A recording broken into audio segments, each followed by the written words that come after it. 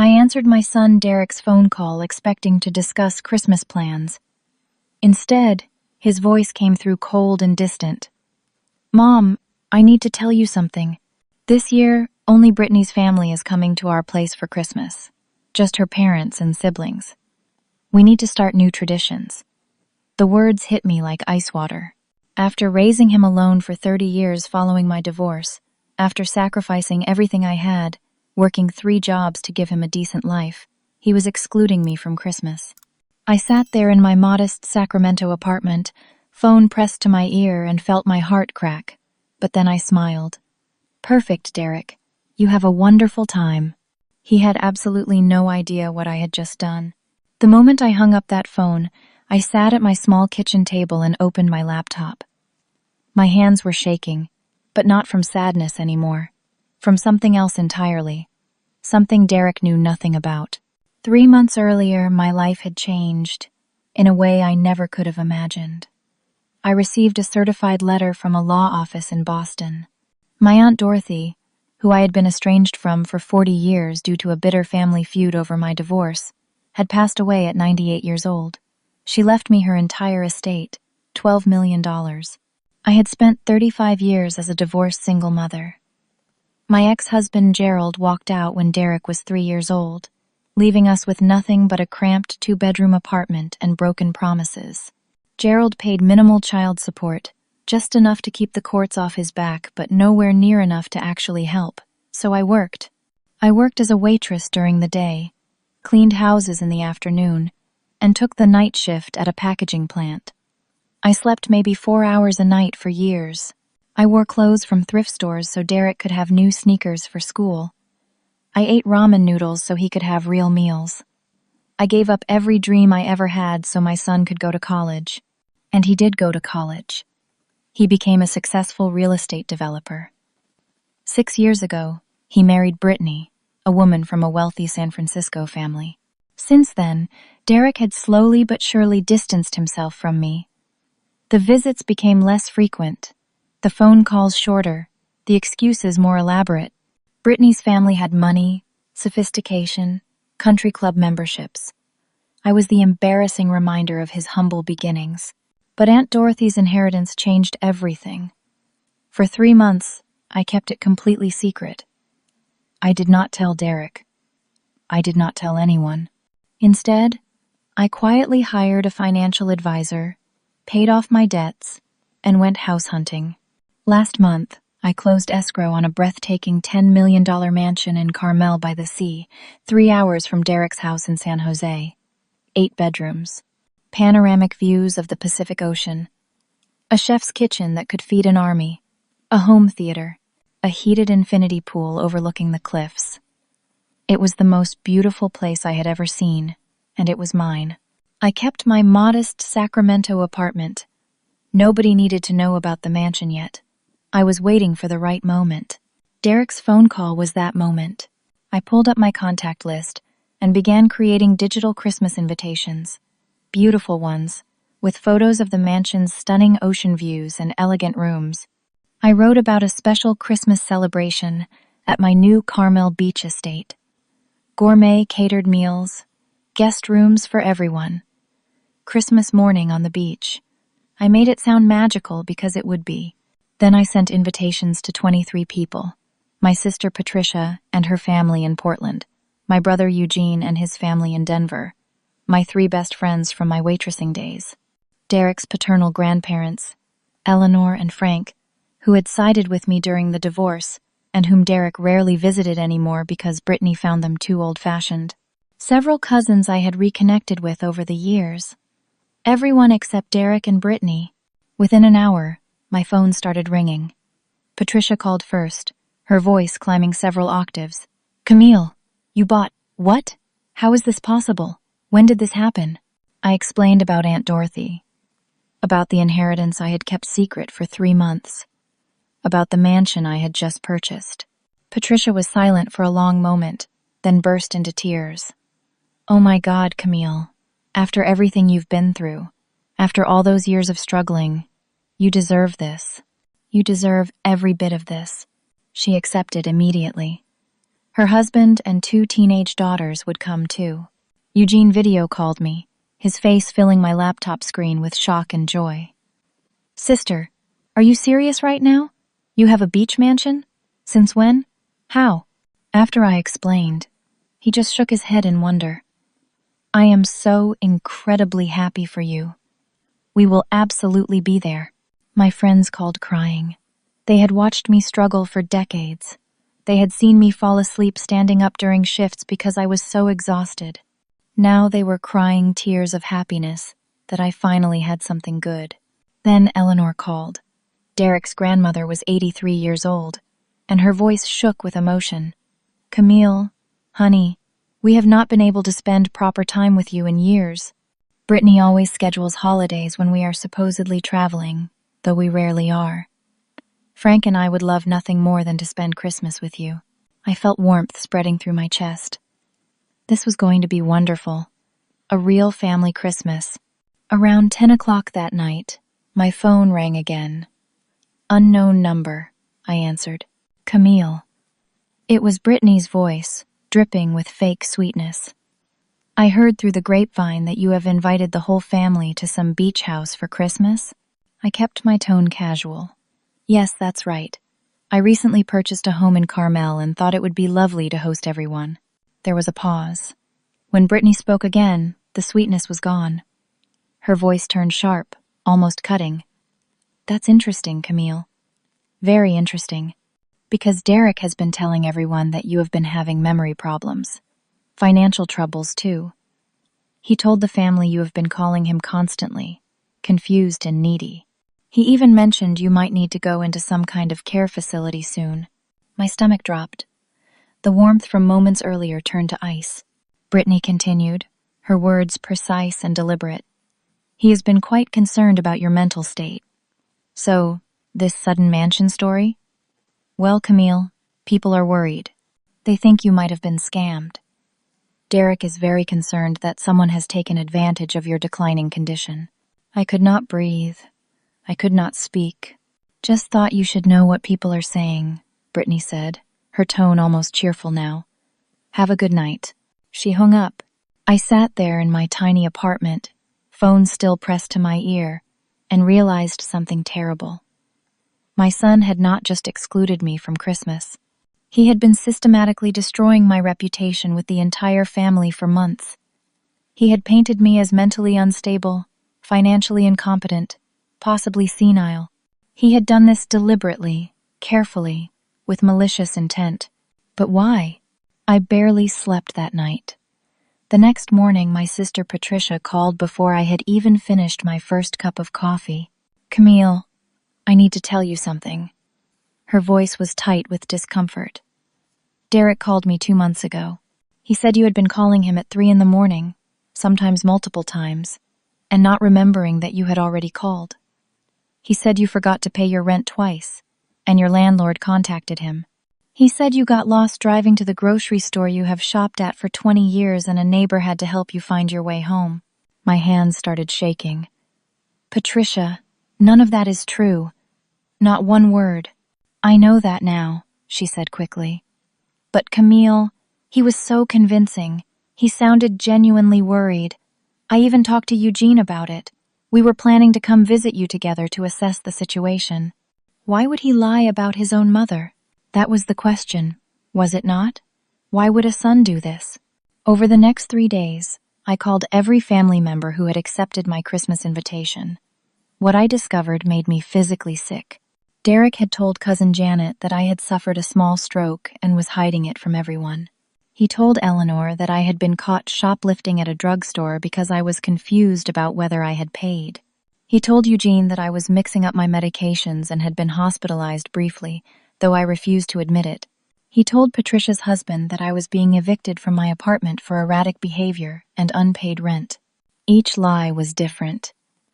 Each one carefully crafted to paint me as mentally incompetent.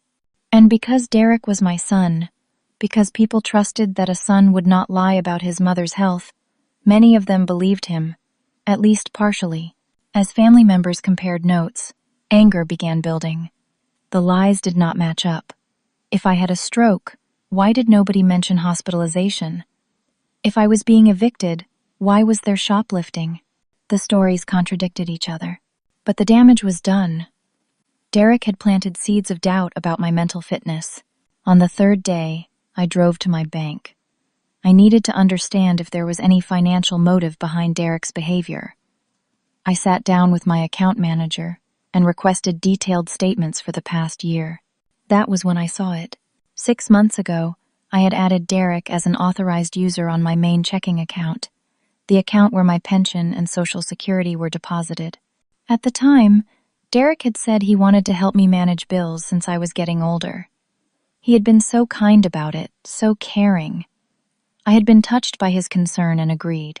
Now I requested every transaction for the past 6 months. My account manager printed them out. I sat in the small office and went through them line by line. 15 transfers, over 6 months. All to an account I did not recognize. Small enough that I had not noticed. But they added up. $47,000. Gone. My son had stolen $47,000 from me. I felt like I was going to be sick right there in the bank. The account manager asked if I was all right. I just shook my head and asked for copies of everything. I called Derek immediately from the parking lot. My hands were shaking so hard I could barely hold the phone. "Mom, what's up?" He sounded distracted, casual. "Derek, I just reviewed my bank statements. There are 15 transfers from my account totaling $47,000. Transfers I did not authorize. Can you explain that?" Silence. Then, "Mom, you are confused again. You gave me that money. We talked about this. I told you about some investment opportunities, and you said you wanted to help me. I never gave you permission to take $47,000. This is exactly what I have been worried about." His voice shifted, became patient and condescending, like he was talking to a child. "You do not remember our conversations. I am trying to help you, Mom, but you are making this very difficult. Maybe we should talk about getting you some help, professional help." He was gaslighting me. In real time, turning my legitimate concerns into evidence of my supposed mental decline. "Derek, I want that money back." "Mom, please, you need to calm down. You are not thinking clearly. I will come visit this weekend, and we can talk about this properly." He hung up. I sat in my car in the bank parking lot and cried. This was not the son I had raised. This was not the boy I had sacrificed everything for. This was a stranger. When I finally drove home, there was an email waiting for me. From a law office I did not recognize. The subject line read, "Legal notice regarding Camille Hartley." My hands were still shaking as I opened it. It was a formal notification that Derek Hartley had filed a petition for conservatorship over me, Camille Hartley. The petition claimed I was mentally incompetent and unable to manage my own affairs. The court date was set for January 7th, just 2 weeks after Christmas. If granted, Derek would gain legal control over all my finances, every penny, including the $12 million inheritance, including the mansion. The email included attached documents. Derek's sworn statement describing my supposed declining mental state. A detailed affidavit from Brittany corroborating every lie.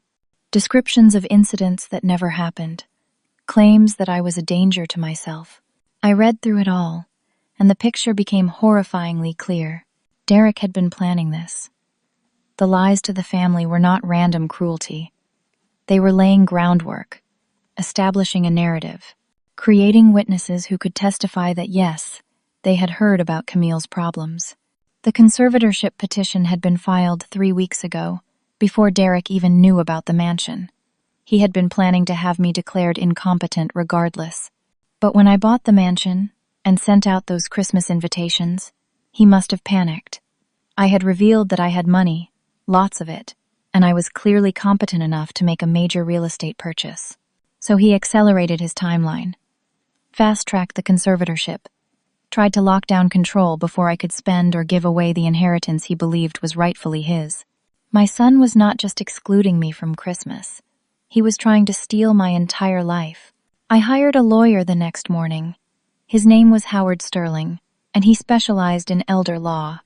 I sat in his office, and showed him everything: the conservatorship petition, the bank statements showing the stolen money, the pattern of lies Derek had told the family.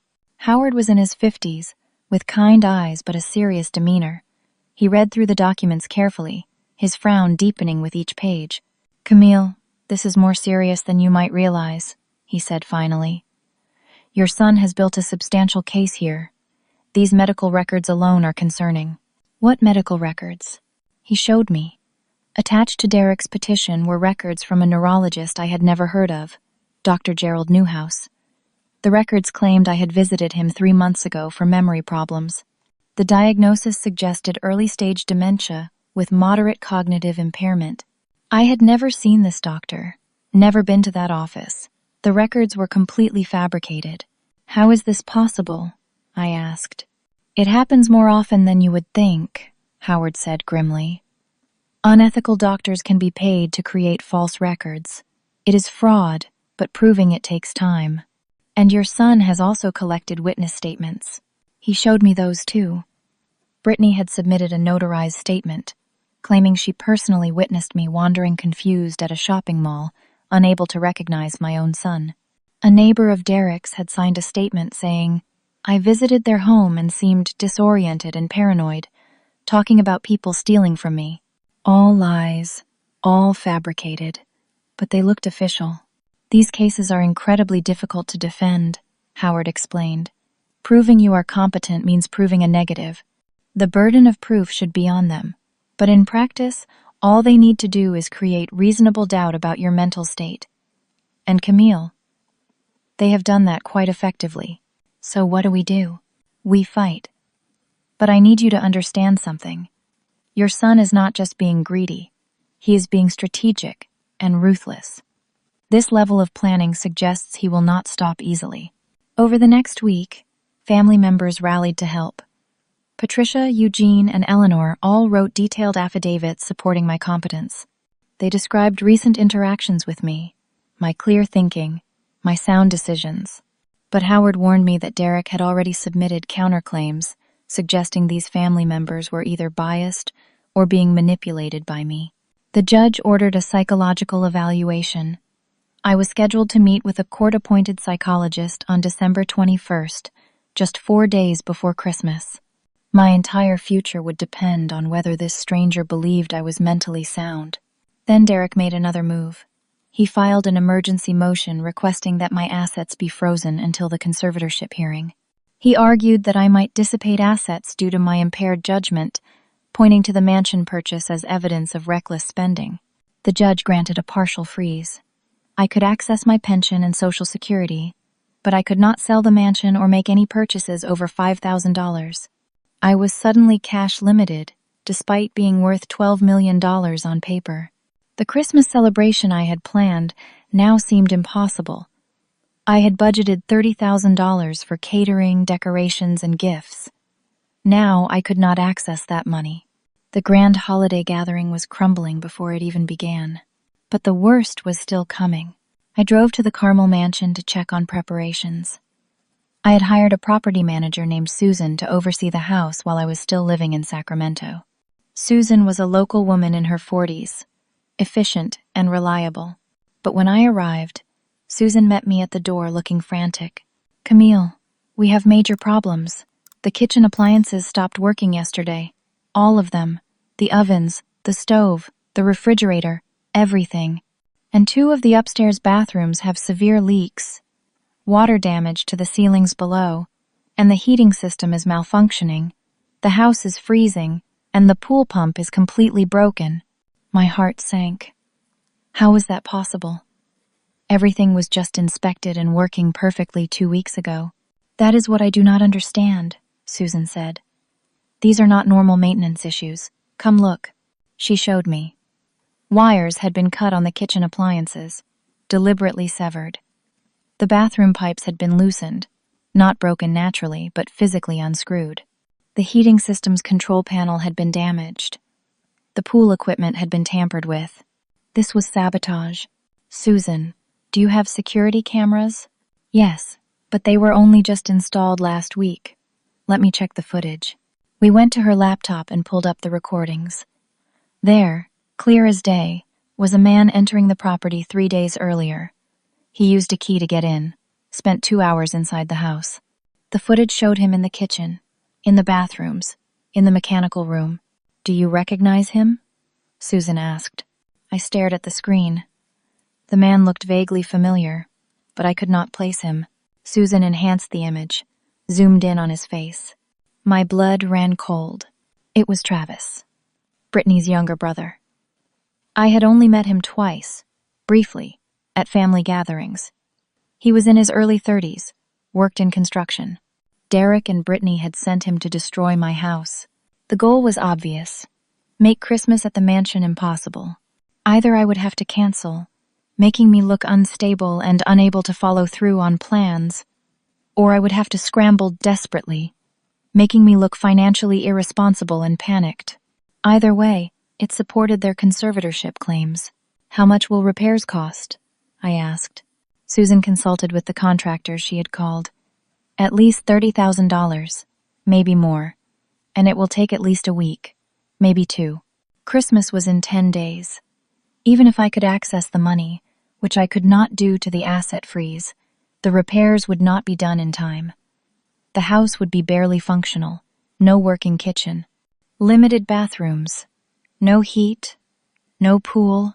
I was trapped. Cancel Christmas and prove Derek's claims about my instability, or try to host 23 people in a damaged house and look incompetent. I sat on the deck overlooking the Pacific Ocean, this beautiful home I had just purchased, and felt everything closing in around me. My son had thought of everything, every angle, every trap. I called Howard from the deck, told him about the sabotage. "Can we prove Derek sent him?" Howard asked. "Not directly. We have footage of Travis, but no evidence linking him to Derek and Brittany." "Then we have another problem without a solution," Howard said grimly. "Camille, I have to be honest with you. Your son is playing this perfectly from a legal standpoint. Every move he makes creates a new crisis for you, and every crisis you face looks like evidence of instability. It is diabolical." As I drove back to Sacramento that evening, my phone kept ringing, family members calling with questions. Had I heard about the house problems? Was Christmas still happening? Some were concerned. Others sounded suspicious. A few had clearly been talking to Derek. By the time I got home, I felt like I was drowning. And Derek had barely even started. The stress broke me. 2 days later, I was at the mansion trying to coordinate repairs when my chest tightened. Sharp pain radiated down my left arm. The room started spinning. Susan found me collapsed on the living room floor and called 911. I woke up in an ambulance, paramedics surrounding me. At the hospital, doctors ran test after test. My heart was racing irregularly. My blood pressure was dangerously elevated. They admitted me overnight for observation. Stress-induced cardiac event, they said. Not a heart attack, but a serious warning. My body was shutting down under the pressure. I lay in that hospital bed, hooked to monitors, and felt terror wash over me. These medical records would go into my file. Derek would use them. He would say, "See? She cannot handle stress. She is not capable of managing a $12 million estate." Patricia flew in immediately from Portland. She held my hand while doctors explained I needed to reduce stress dramatically or risk serious heart damage. "How am I supposed to reduce stress?" I asked. "My son is trying to destroy me." Somehow, Derek learned about my hospitalization within hours. I do not know how. Maybe he had someone watching me. Maybe he had connections at the hospital. But he knew. By that evening, his lawyer had filed another emergency motion with the court. This one claimed my health crisis proved I could not handle the stress of managing significant assets. They requested immediate emergency conservatorship, not waiting until the January 7th hearing. The judge scheduled an emergency hearing for December 23rd, 2 days before Christmas. If Derek won, he would take control of everything immediately. My inheritance, my mansion, my life. I was still in the hospital when 2 detectives walked into my room the next morning. Patricia was there, and she immediately tensed.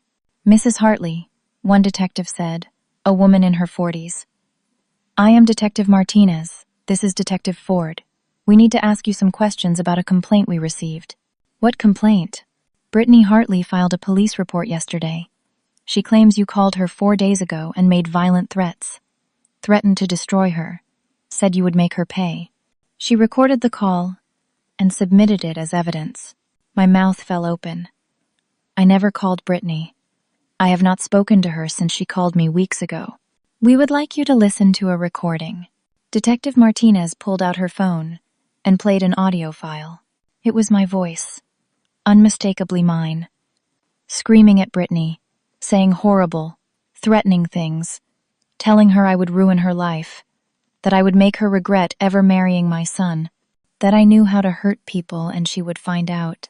But I never said those words. I never made that call. That is not me, I said. I mean, that is my voice. But I did not say those things.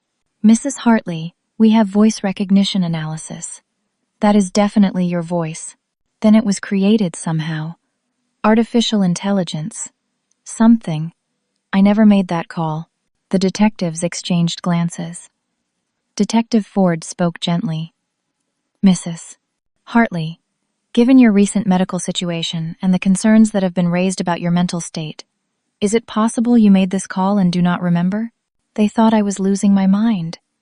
They thought I had made threatening calls and forgotten about them. I am not mentally unstable, I said, but my voice cracked. My son is setting me up. He is doing all of this to steal my money. Patricia jumped in. Officers, my sister is being targeted in a conservatorship case. This is clearly part of an attempt to make her look unstable. We understand there is a family dispute, Detective Martinez said. But threatening phone calls are a criminal matter. Mrs. Hartley, we are not arresting you today, but we need to inform you that if more evidence comes forward, charges could be filed. Given the mental health concerns and the nature of the threats, a restraining order may also be issued. They left. I lay in that hospital bed and felt reality tilting sideways. A restraining order would legally bar me from contacting Derek or Brittany. It would also be powerful evidence in the conservatorship case. Look, the judge would see. She is so unstable she threatened her daughter-in-law. She needs someone to control her before she hurts someone. The trap was perfect, unbreakable. Over the next 2 days, family support began fracturing. Cousin Janet called Patricia with concerns. Is Camille really okay? First this mansion appears out of nowhere. Then she is hospitalized. Now there are threatening phone calls? Maybe Derek is right. Maybe she does need help. Even Eugene called with gentle, probing questions. Patricia, I love Camille, but what if she really is struggling? The stress of sudden wealth can cause psychological problems. Maybe we should consider that Derek might actually be trying to help. By December 20th, 5 days before Christmas, several family members who had accepted my invitation withdrew. They were uncomfortable with the situation, unsure what to believe, worried about being caught in the middle of a family crisis. From 23 guests, I was down to 6. Just Patricia, Eugene, Eleanor, and 2 close friends. The grand Christmas celebration had become a tiny, sad gathering. Patricia suggested we just stay in Sacramento. Small Christmas, just us, nothing fancy. Give up on the mansion. I felt completely defeated. Derek had won. But then Howard came to visit me in the hospital with news that shattered me even further. Camille, I have been investigating Derek's financial situation. Howard sat beside my bed, his expression grave. I pulled records on his real estate development company. He is in serious trouble. His business has lost 3 major projects in the past year. He is personally leveraged for $2.7 million in debt. He is facing potential bankruptcy. So that was it. Derek needed my money to save himself. But there is something worse, Howard continued. I found court records. Derek started making inquiries about conservatorship proceedings 14 months ago, long before your Aunt Dorothy died, long before you had any significant inheritance. I stared at him, not understanding. Camille, your son was planning to have you declared incompetent, even when you only had about $50,000 in assets. His original plan was to get conservatorship, force the sale of your apartment, and take control of your pension. He was going to rob you of everything you had, even though it was barely anything. Tears started flowing down my face. This was not about the inheritance. Derek had been planning to destroy his own mother regardless, to steal the last pennies she had, to institutionalize her and take everything. The inheritance just made the prize bigger. Your son has been working on this for over a year, Howard said quietly. This is not impulsive greed. This is calculated, long-term planning to exploit his own mother. I could not speak, could not breathe.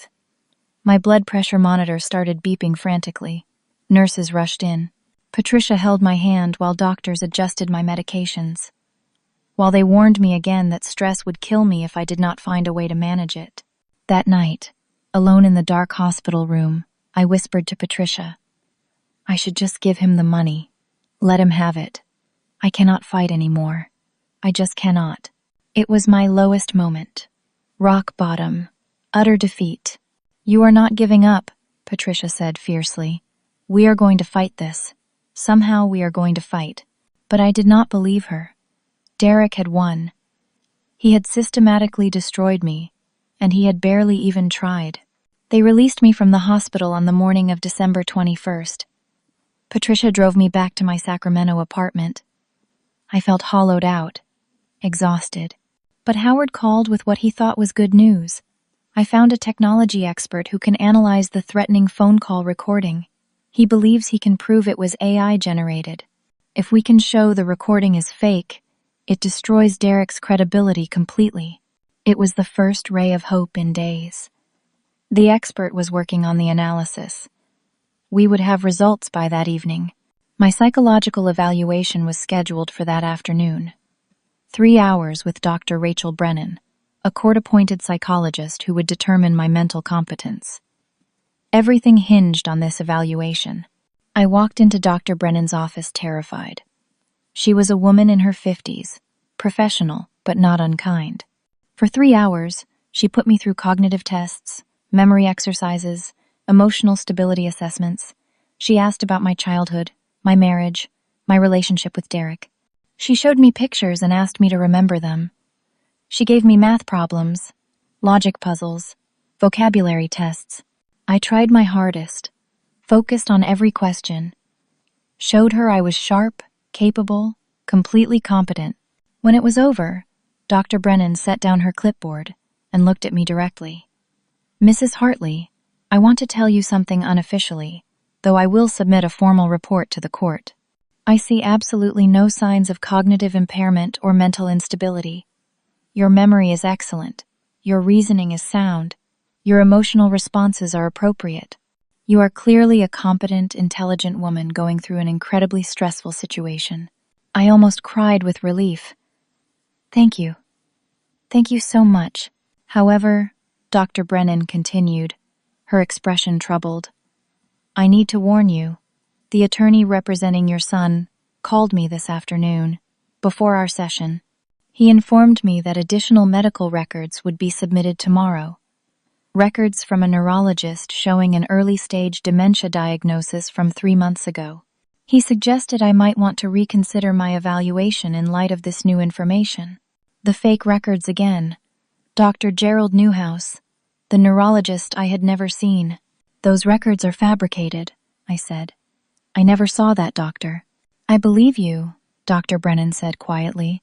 But Mrs. Hartley, that phone call I received was highly inappropriate. It felt like intimidation. Like they were trying to influence my professional opinion before I even met you. These people are ruthless. Please be very careful. That evening, I waited anxiously for Howard's call about the audio analysis. Finally, at 8 o'clock, my phone rang. Camille, we have a major problem. Howard's voice was tight with anger. The technology expert's office was broken into tonight. All his computers were stolen. Every piece of equipment. The analysis he had done proving the recording was fake is gone. The backup files he had are gone. Everything. My stomach dropped. How is that possible? He had security footage. 2 men in masks. They knew exactly what they were looking for. Went straight for his computers. The police filed a report. But Camille, we both know who is behind this. Derek, or someone working for him. They had destroyed the only evidence that could prove the recording was fabricated. Without that proof, the threatening call allegation would stand. I would look like an unstable woman making violent threats. Later that night, my phone rang. Unknown number. I almost did not answer, but something made me pick up. It was Dr. Brennan. She sounded nervous. Mrs. Hartley, I am calling because I feel you need to know something. After I left my office tonight, I received another call. From your son's attorney again. He was much more aggressive this time. He said I needed to carefully consider the implications of submitting a report that contradicts established medical records. He implied there could be professional consequences for me if I challenged the neurologist's diagnosis. He threatened you. Not explicitly, but yes. The implication was clear. Mrs. Hartley, I want you to know that I will not change my findings. I am submitting my report as written. You are mentally competent. But I am telling you this so you understand what you are up against. These people will not stop. December 23rd arrived. The emergency conservatorship hearing. Everything would be decided today. I walked into the courthouse with Patricia and Howard. Across the room, Derek sat with Brittany and their attorney. Derek would not meet my eyes. The hearing began. Derek's attorney presented their case methodically. The fabricated medical records from Dr. Newhouse, the threatening phone call recording, witness statements about my supposed decline, bank statements showing the withdrawals which they claimed I had authorized and then forgotten, photos of my Sacramento apartment taken when I was hospitalized, made to look worse than it was, suggesting squalor and neglect. The recent hospitalization for cardiac distress. It was a devastating presentation. Every piece of evidence, even though most of it was fake or taken out of context, painted a picture of a woman in serious mental decline who could not be trusted with significant assets. Then Derek took the stand. He gave tearful testimony about his beloved mother's deterioration. He described incidents that never happened. He said he was heartbroken but had a duty to protect me. He wiped away tears. His voice cracked with emotion. Brittany testified next. She cried too. Talked about how hard they had tried to help me, how I kept refusing assistance, how they feared for my safety. Both performances were absolutely convincing. I watched family members in the gallery, saw some of them nodding sympathetically. Howard presented our defense, Dr. Brennan's psychological evaluation showing I was completely competent. She testified about my perfect cognitive results. Affidavits from Patricia, Eugene, and Eleanor, supporting my mental soundness. But Derek's attorney tore into Dr. Brennan on cross-examination, pointed out she had only spent 3 hours with me, while Derek had spent a lifetime, suggested I had been performing during the evaluation, held up the neurologist records as medical proof of my decline. When Howard tried to argue the neurologist records were fraudulent, Derek's attorney produced a receipt. Payment from my checking account for a visit to Dr. Newhouse 3 months ago. The receipt was real, pulled from my actual bank records. I realized what had happened. Derek had used his authorized access to my account to pay this corrupt doctor. The payment made it look like I really had visited him. It created a paper trail that was nearly impossible to dispute. The judge reviewed all the evidence silently. Finally, she spoke. This is a very difficult case. I see compelling arguments on both sides. I am going to take this matter under advisement and issue my ruling tomorrow morning, December 24th, at 9 a.m. The hearing ended. Everything hung in the balance. That evening, back in my apartment, the phone started ringing. Eugene called. He had decided not to come to Christmas after all. He was too uncomfortable with everything happening, too uncertain about my situation. 2 of my friends who had remained committed also backed out.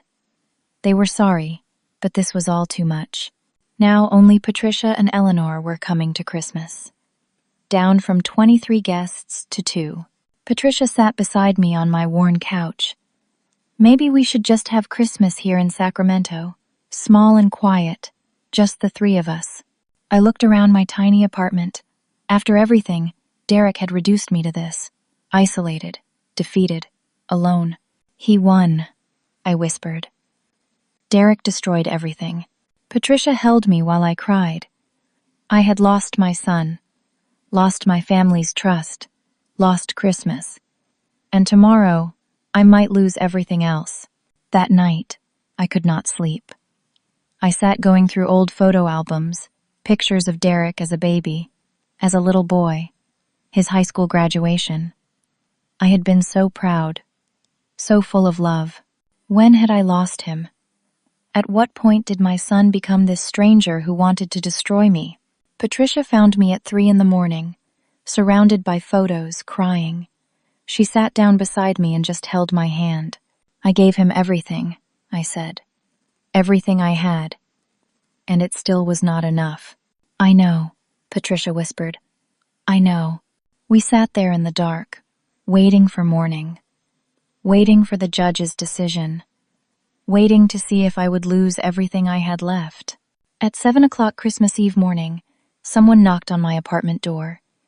Patricia and I were already awake, barely functioning on no sleep. We had to be at the courthouse at 9 for the judge's ruling. I opened the door. Brittany's mother, Diane, stood in the hallway. I had only met her twice, briefly, at family gatherings. She was in her early 60s, usually polished and put together. Now, she looked terrible. Hair uncombed, eyes red from crying, shaking. Camille, I need to talk to you, please. Patricia was immediately suspicious. Why are you here? Because I need to tell you something before the hearing. Before it is too late. I let her in. Diane sat on my couch, hands trembling in her lap. I overheard them last night. Derek and Brittany. I am staying with them for the holidays. They were in the living room. They did not know I could hear them from the upstairs guest room. She pulled out her phone. I recorded it. After I heard what they were saying, I went back downstairs and asked them questions, got them to repeat things. I recorded all of it. She played the audio. Derek's voice, clear and unmistakable. Once we have control of her money, we can pay off my debts and finally start living the life we deserve. Brittany laughing. Your mother worked 3 jobs her whole life just to hand it all to us. It is almost poetic. Derek. She never needed to know about the inheritance. If she had just stayed poor and stayed quiet, we could have done this slowly. But she had to go buy that ridiculous mansion and show off. Brittany, do not worry. After the conservatorship is established, we will move her into the cheapest facility we can find. Then we sell the mansion, liquidate everything. She will never know what happened. Derek, she raised me alone, sacrificed everything, and now she gets to give me one more gift, the biggest one. More laughter. I sat frozen, listening to my son laugh about destroying me. The recording continued. Diane's voice asking questions, and Derek and Brittany answering without suspicion, admitting they had faked the medical records, discussing how they would institutionalize me as cheaply as possible, talking about selling the mansion immediately, planning their future with my money. When it ended, the room was completely silent. Why are you showing me this? I finally asked. Diane's face crumpled. My husband died 2 years ago. Brittany is all I have left. I raised her to be ambitious, to go after what she wanted. But last night, when I heard her laughing about your lifetime of sacrifice, I realized I do not even know my daughter anymore. She has become someone cruel, someone I do not recognize. Tears were streaming down her face. I cannot let her do this to you. I cannot live with myself if I stay silent. Patricia immediately called Howard. He was at my apartment in 20 minutes. We explained everything, played the recording. Howard's eyes went wide. This changes everything. Absolutely everything. Diane, you understand what this means? Testifying against your daughter? I understand, Diane said. My relationship with Brittany ended last night when I heard what she really is. We rushed to the courthouse. It was 8:45, 15 minutes before the hearing. Howard went directly to the judge's chambers to request an emergency motion to present new evidence. At 9 o'clock, we entered the courtroom. Derek and Brittany were already there, looking confident. Derek even smiled slightly. He thought he had won. The judge entered.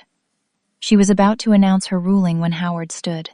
"Your Honor, we have critical new evidence that came to light this morning. A witness who can provide direct testimony about this case." Derek's attorney objected furiously. "This is highly irregular. We were not notified." The judge considered. "Given the seriousness of these proceedings and the permanent nature of conservatorship, I will allow it. Present your witness." Diane walked to the front of the courtroom. Brittany's face went white. Derek looked confused, then horrified. Diane identified herself as Brittany's mother. She testified about what she had overheard. Then she presented the text messages between Brittany and Travis, her son, discussing the mansion's sabotage. Finally, she played the recording. The courtroom was absolutely silent as Derek and Brittany's voices filled the space. Their words hung in the air. The laughter, the cruelty, the calculated planning, the admission that the medical records were fake, the plan to institutionalize me cheaply, the excitement about stealing everything I had. When it ended, the judge's face was like stone. She turned to Derek. "Mr. Hartley, is that your voice on this recording?" Derek tried to speak. His attorney jumped up, started objecting, claiming the recording was taken without consent, was inadmissible. The judge cut him off. "In California, one-party consent is sufficient for recordings. Miss Diane was part of that conversation. The recording is admissible." "Mr. Hartley, I asked you a question. Is that your voice?" Derek's face had gone gray. "Your Honor, that conversation was taken out of context. We were just venting. We did not mean those things." "You did not mean it when you admitted fabricating medical records? When you discussed institutionalizing your mother in the cheapest facility possible? When you laughed about her lifetime of sacrifice?" Derek had no answer. The judge turned to the entire courtroom. "I have been on the bench for 23 years. This is one of the most disturbing cases of attempted elder abuse and financial exploitation I have ever encountered." She looked directly at me. "Mrs. Hartley, I apologize that you were subjected to these proceedings. The petition for conservatorship is not only denied, it is dismissed with prejudice. Your son will never be able to file for conservatorship over you again." Relief flooded through me so intensely I thought I might collapse. But the judge was not finished. "Furthermore, I am removing Derek Hartley's authorized access to all of Mrs. Hartley's accounts, effective immediately. Mr. Hartley, you are ordered to repay the $47,000 you took from your mother's account within 30 days, with interest." Derek was staring at the table, not looking up. "Additionally, I am referring this case to the District Attorney's Office for investigation of elder abuse, fraud, and conspiracy. Criminal charges may follow." Derek's attorney tried to interject. The judge silenced him with a look. "Finally, I am issuing a restraining order. Derek Hartley and Brittany Hartley are prohibited from coming within 500 feet of Camille Hartley. They are prohibited from contacting her directly or indirectly. Any violation will result in immediate arrest." The gavel came down. It was over. Derek and Brittany tried to leave the courtroom quickly, heads down, but Patricia stepped into the aisle, blocking their path. She did not yell, did not scream, just looked at Derek and said quietly, "You will never be welcome in this family again." Derek finally looked up, met my eyes across the courtroom. For just a moment, I saw something there. Shame? Regret? But then he looked away and pushed past Patricia.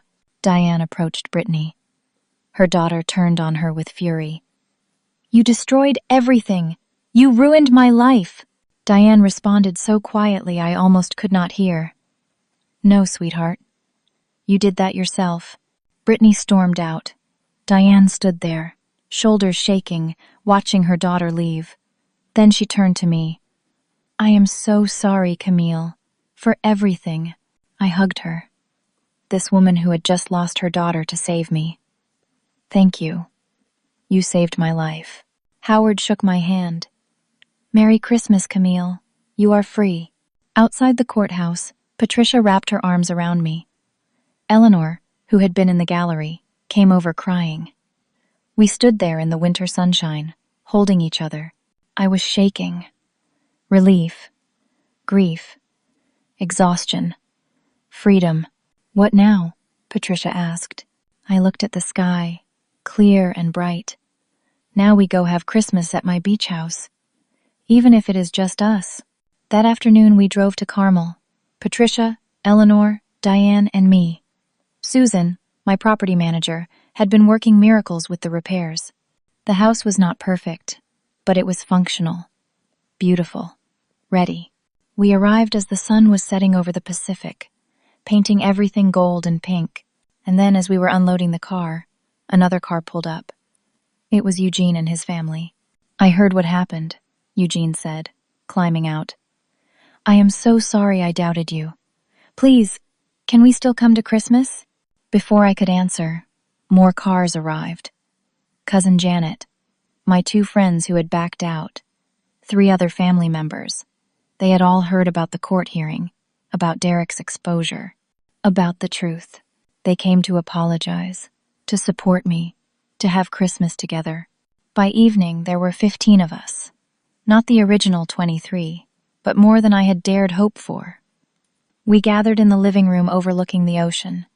Susan had prepared a beautiful dinner. Patricia made a toast to Camille, who taught us that strength is not about never falling down, it is about getting back up, even when your own child pushes you down. We ate dinner with the sound of waves outside. There was genuine joy, but also acknowledgement of the pain, of what I had been through. After dinner, I sat with Eleanor on the deck. She was 83, had known Derek his whole life. I do not understand what happened to that boy, she said. His grandfather and I are heartbroken. His father was not like this. You raised him better than this. I do not know what happened, I admitted. Maybe success changed him. Maybe Brittany brought out something that was always there. But Eleanor, the son I raised, is gone. I have to accept that. We cried together. 2 women who had loved Derek and lost him to his own choices. Later, Diane and I walked on the beach. Moonlight on the waves, cold sand under our feet. I keep asking myself where I went wrong with Brittany, Diane said. Maybe we did not go wrong, I said. Maybe they made their own choices. Maybe we have to forgive ourselves for not seeing it sooner. How do you do that? Forgive yourself? I do not know yet. But I think I have to focus on what I have instead of what I lost. We stood there, 2 mothers grieving their children, finding unexpected solidarity. That night, I lay in my beautiful bedroom, listening to the ocean, and felt something I had not felt in weeks. Peace. Not happiness yet, but peace. Christmas morning arrived with sunshine and the sound of seagulls. We opened gifts in the living room. Simple things, nothing extravagant, but meaningful. Patricia's daughters played in the pool. Eugene taught his kids to build sandcastles on the beach. Diane helped Susan in the kitchen. I stood on my deck watching it all and felt overwhelming gratitude. Not for the house or the money, for these people who chose to be here. My phone rang. Unknown number. Against my better judgment, I answered. Mom, Derek's voice. Hollow, empty. I waited. I just wanted to say, I am sorry you feel hurt. It was not an apology. Not a real one. Just a statement about my feelings, not his actions. Derek, when you are genuinely sorry, when you have done the work to understand what you have done, you can call me. But until then, you need to stay away. I love you, but I cannot let you hurt me anymore. Mom, I hung up. My hands were shaking. Patricia found me on the deck moments later. Are you okay? No, but I will be. What are you going to do with this place? All this space? I had been thinking about that. I have an idea. Something meaningful. 3 weeks later, I had transformed the mansion into something new. By mid-January, my Carmel mansion had become Dorothy's house, named after my aunt who made it all possible. It was now a non-profit retreat center specifically for women over 50 who were starting over. Women recovering from divorce, loss, family estrangement, or financial crisis. The first retreat hosted 8 women. They came for a long weekend. We held workshops on financial independence, emotional healing, rebuilding your life after devastation. The women shared their stories, supported each other, found strength in community. I volunteered my time, used the inheritance to fund everything. Watching these women arrive broken and leave with hope became my purpose. Diane volunteered too. She found healing in helping others navigate family betrayal. She understood their pain intimately. On the legal front, Derek was formally charged with elder abuse and fraud. He accepted a plea deal, 5 years probation, full restitution of the $47,000 plus interest, 200 hours of community service. His real estate license was revoked. His business collapsed within a month. He lost everything. 2 weeks after the court case, Brittany left him. She had already found another wealthy target to manipulate. Derek was useless to her now. He lost his wife, his career, his money, his family. Everything he had tried to steal from me was gone. Not because I took it from him, but because his own choices destroyed him. I still grieved. Saw a therapist every week. Worked through the pain of losing my son. Learned to forgive myself for not seeing the signs earlier. Patricia visited monthly. Eugene came for weekends. Eleanor became a regular presence, helping at the retreat center. The mansion filled with life, with women's voices, with healing and hope. One morning in late January, I sat on my deck with coffee, watching the sunrise over the Pacific. The first retreat group was still sleeping in the guest rooms. I pulled out my journal and wrote, "For 35 years, I defined myself by what I gave. I gave to my job, to my son, to everyone who needed me. I thought sacrifice was love. Maybe it was, but I learned something harder. Love without boundaries is just martyrdom." My son tried to destroy me. In a way, he did destroy something. The illusion that our children will always honor our sacrifices. They will not sometimes. We have to love them anyway, from a distance, with locked doors. But I learned I am stronger than I knew. The woman who worked 3 jobs and lived in a cramped apartment, she is still here. She did not need a mansion to prove her worth. The mansion was never about showing off. It was about finally accepting that I deserved more than scraps. Now I use what I have to help other women learn the same lesson. You are not what you give. You are not what you sacrifice. You are enough, exactly as you are. And it is never too late to start over. Derek may never apologize. Not really. I may never get the relationship with my son that I dreamed of. But I have something else. Myself. And a house full of women who understand that sometimes the family you choose is the one that saves you. I closed my journal. One of the retreat women, a 57-year-old named Carol, joined me on the deck. She was escaping an abusive marriage, starting over with almost nothing. I poured her coffee. We sat together watching the waves, not needing words. The ocean stretched endlessly before us, full of possibility, full of new beginnings. I thought about that phone call from Derek back in November, when he excluded me from Christmas, when he thought he was pushing me aside. He had no idea that moment would change everything, that his cruelty would lead to his own destruction and my liberation. I learned something through all of this, something I want to share with anyone listening to my story. Family is not always blood. Sometimes the people who share your DNA are the ones who hurt you most. And sometimes, strangers become your truest family. Wealth does not corrupt people. It reveals who they already are. Derek was always capable of what he did. The money just gave him the opportunity. And most importantly, you are never too old to start over. At 67, I rebuilt my entire life. I created something meaningful from devastation. If I can do it, anyone can. This Christmas, I wanted everyone to see what I had become. Instead, I learned who I already was, a survivor, a fighter, a woman who refuses to be destroyed. That, in the end, was the greatest gift I could have received. I have a question for anyone who has listened to my story. Have you ever had to set boundaries with family members, even when it broke your heart? How did you find the strength to put yourself first? I would love to hear your thoughts in the comments below. If this story touched you, please consider giving it a like. It helps others who might need to hear this message find it. And if you have not already, please subscribe to this channel.